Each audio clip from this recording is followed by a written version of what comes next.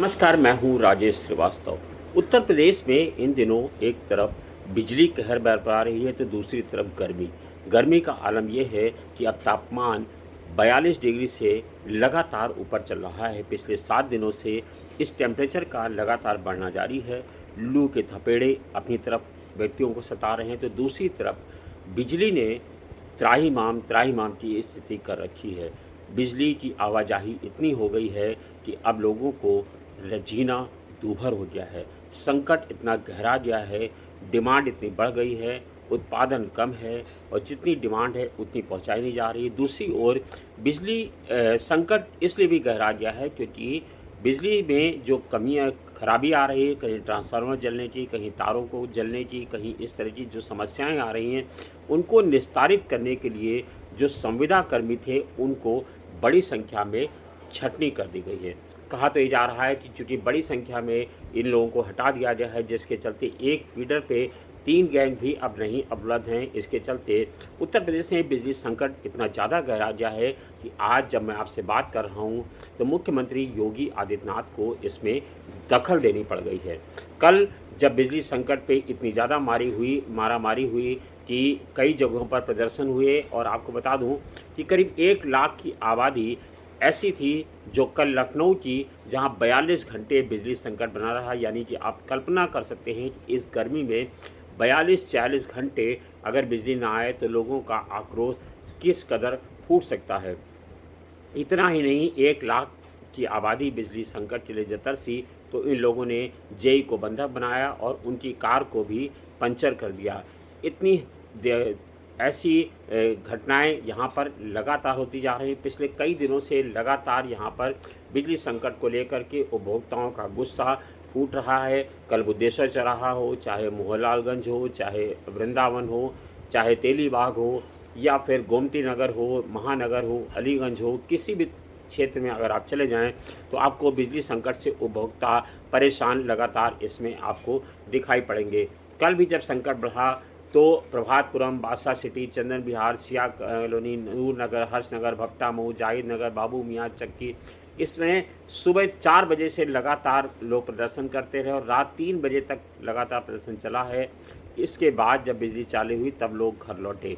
यहाँ के लोगों ने बिजली विभाग के जेई को बंधक बना लिया था और उनकी कार भी पंचर कर दिया। पुलिस ने किसी तरह से लाठी फटकार करके इन लोगों को हटाया और जेई को वहाँ से छुड़ाया। ये बिजली संकट लगातार बढ़ता जा रहा है। ये कोई एक दिन का नहीं है, ये कोई संकट लगातार गहरा रहा है और कई बार जब इस बारे में बात की जाती है तो अधिकारी ये कहते हैं कि ये बिजली की जो डिमांड है वो रात में ज़्यादा बढ़ जाती है। और कल बिजली विभाग के मंत्री ए.के. शर्मा और अधिकारियों को निर्देश दिया कि रात में जो बिजली चोरी की जाती है उसको लेकर के आकस्मिक निरीक्षण किया जाए।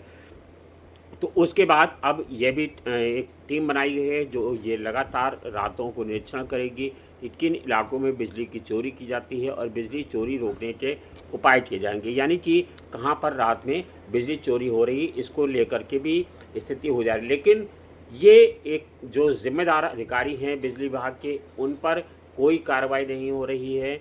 जो बिजली विभाग के अधिकारी हैं आशीष गोयल, उन पर कोई कार्रवाई नहीं हो रही है। वो लंबे समय से इस पर नाक की तरह बैठे हुए हैं और उन पर कोई कार्रवाई करने के बजाय सिर्फ छोटे लोगों को निपटाया जा रहा है। और बिजली संकट हालांकि उत्पादन पहले की अपेक्षाकृत लगातार बढ़ रहा है, उसके बावजूद बिजली कटौती थमती हुई नज़र नहीं आ रही है, जिसके चलते लोगों का गुस्सा अधिकारियों पर फूट रहा है। कहीं लोग सड़कों पर उतर रहे हैं तो कहीं विभागीय अधिकारियों को बंधक बना रहे हैं। ये लोग लगातार संकट बढ़ता ही जा रहा है, चाहे वो कोई कॉलोनी हो, चाहे वो कोई शहर हो। लगातार पिछले 20 तारीख से, आज 24 मई है जब मैं आपसे बात कर रहा हूँ, 20 मई से लगातार बिजली व्यवस्था लखनऊ की चरमराई हुई है। कई इलाके ऐसे हैं जहां 3-3 दिन से बिजली नहीं आ रही है, जिसको चलते लोगों ने अधिकारियों को बंधक बना रखा है। अब ये एक बड़ा संकट है कि आखिर इसका क्या उपाय है, कैसे इस बिजली संकट से निपटा जा सकता है। आपको बता दें कि स्थिति की गंभीरता को आप इसी से समझ सकते हैं कि लखनऊ के 31 पावर हाउस पर पीएसी तैनात कर दी गई है। इस बिजली संकट को देखते हुए उच्च समीक्षा बैठक हुई जिसमें कहा गया कि कानून व्यवस्था बनाए रखने के लिए, क्योंकि बिजली संकट के चलते कानून व्यवस्था बिगड़ रही है, 31 संवेदनशील बिजली उपकेंद्रों पर पीएससी तैनात करने का बड़ा फैसला शायद ये पहली बार लिया गया है, जिसमें चिन्हैट, उतरठिया, राजाजीपुरम और दुबग्गा सहित कई प्रमुख इलाकों को एक बेहद संवेदनशील क्षेत्र घोषित किया गया। ये कदम इसलिए उठाया गया है क्योंकि कई जगहों पर लोग उग्र होकर के रात में बिजली घर घेर कर प्रदर्शन करते हैं और मरम्मत कार्य में बाधा डालते हैं। ऊर्जा मंत्री ए के शर्मा ने कहा कि हम जो कार्यों में जो घोर लापरवाही बरतने वाले हैं उनके खिलाफ सख्त कार्रवाई की जा रही है। उन्होंने गाजियाबाद के 2 अधिशासी अभियंताओं को तत्काल प्रभाव से निलंबित भी किया। इसके अलावा बिजली संकट पर आज मुख्यमंत्री योगी आदित्यनाथ ने रविवार को एक ज़बरदस्त बैठक की है और इस बिजली संकट को लेकर के उन्होंने तमाम सारे निर्देश भी जारी किए हैं कि इस बिजली संकट से किस तरह से निपटा जा सकता है और क्या इस पर कार्रवाई होनी चाहिए, इसको लेकर के लगातार किया जा रहा है। जबकि बिजली संकट दूर करने वाले कर्मचारियों पर जानलेवा हमले हो रहे हैं। आज भी कई जगहों पर बिजली कर्मियों को पीटा गया है, उन पर जानलेवा हमले किए गए हैं। और आपको बता दें, इसके अलावा जो है उन पर जो संविदा कर्मी हैं उनकी संख्या नहीं बढ़ाई जा रही है। आज मुख्यमंत्री योगी आदित्यनाथ को इसमें दखल देना पड़ा, क्योंकि अगर उनका दखल नहीं होता तो स्थिति और भयावह हो जाती। मुख्यमंत्री ने आज जो समीक्षा बैठक की उसके बाद निर्देश दिए हैं कि प्रदेश में निर्बाध और गुणवत्तापूर्ण विद्युत आपूर्ति सुनिश्चित की जाए। उन्होंने कहा कि आमजन, किसानों, व्यापारियों, उद्योगों को बिजली संकट का सामना करना पड़े, इसके लिए सभी स्तरों पर सतत मॉनिटरिंग की जाए। इसके अलावा उन्होंने ऊर्जा विभाग को संवेदनशीलता और तत्परता के साथ कार्य करने का निर्देश दिया।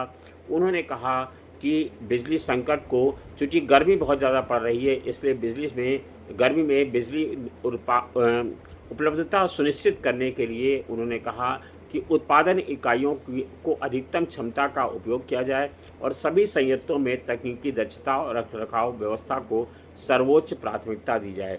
इसके अलावा उन्होंने कहा कि अब जो है उत्तर प्रदेश राज्य विद्युत उत्पादन लिमिटेड की कुल विद्युत उत्पादन क्षमता बढ़कर 13,388 मेगावाट हो गई है, जबकि इसमें अनपरा, ओबरा, हरदुआगंज, परीक्षा, जवाहरपुर और पनकी जैसे तापीय विद्युत गृह की 9,120 मेगावाट क्षमता शामिल है। जबकि जल विद्युत परियोजनाओं से 526.4 मेगावाट क्षमता उपलब्ध है। इसके अलावा मेजा, घाटमपुर, खुर्जा परियोजनाओं में से संयुक्त उपक्रमों के माध्यम से 3,742 मेगावाट क्षमता राज्य को प्राप्त हो रही है। बैठक में यह भी बताया गया कि 2022 की तुलना में 2026 तक उत्पादन नियम की स्थापित क्षमता में 86% की बढ़ोतरी दर्ज की गई है। इसके अलावा आपको बता दें, गैर पारंपरिक ऊर्जा विकल्पों से लगभग 10,000 मेगावाट बिजली का उत्पादन हो रहा है। मुख्यमंत्री ने प्रदेश की बढ़ती मांग को देखते हुए ट्रांसमिशन नेटवर्क को और अधिक मजबूत करने का निर्देश दिया है। यही नहीं, उन्होंने कहा है कि गर्मी के मौसम में किसी प्रकार की तकनीकी बाधा को न्यूनतम रखा जाए और ट्रांसमिशन नेटवर्क की सतत मॉनिटरिंग की जाए। उन्होंने कहा कि वर्तमान में power corporation transport corporation limited के पास 60,858 सर्किट किलोमीटर लंबी ट्रांसमिशन लाइनें संचालित हो रही हैं, जबकि 715 उपकेंद्रों के माध्यम से 2,05,632 MVA मेगावाट क्षमता उपलब्ध है। जबकि ट्रांसमिशन नेटवर्क की उपलब्धता 99.30% दर्ज की गई, जबकि पारेषण हानियाँ यानी लाइन लॉस घटकर 3.2% हो गया है। उन्होंने कहा कि बिजली व्यवस्था को और अधिक जवाबदेह बनाया जाए और उपभोक्ता केंद्रित बनाया जाए। उन्होंने कहा फीडर वाइज जवाबदेही तय करने का निर्देश दिया और कहा कि ट्रांसफार्मर खराब होने, फीडर बाधित होने अथवा शिकायत निस्तारण में किसी प्रकार की और किसी भी स्तर पर लापरवाही नहीं बर्दाश्त की जाएगी।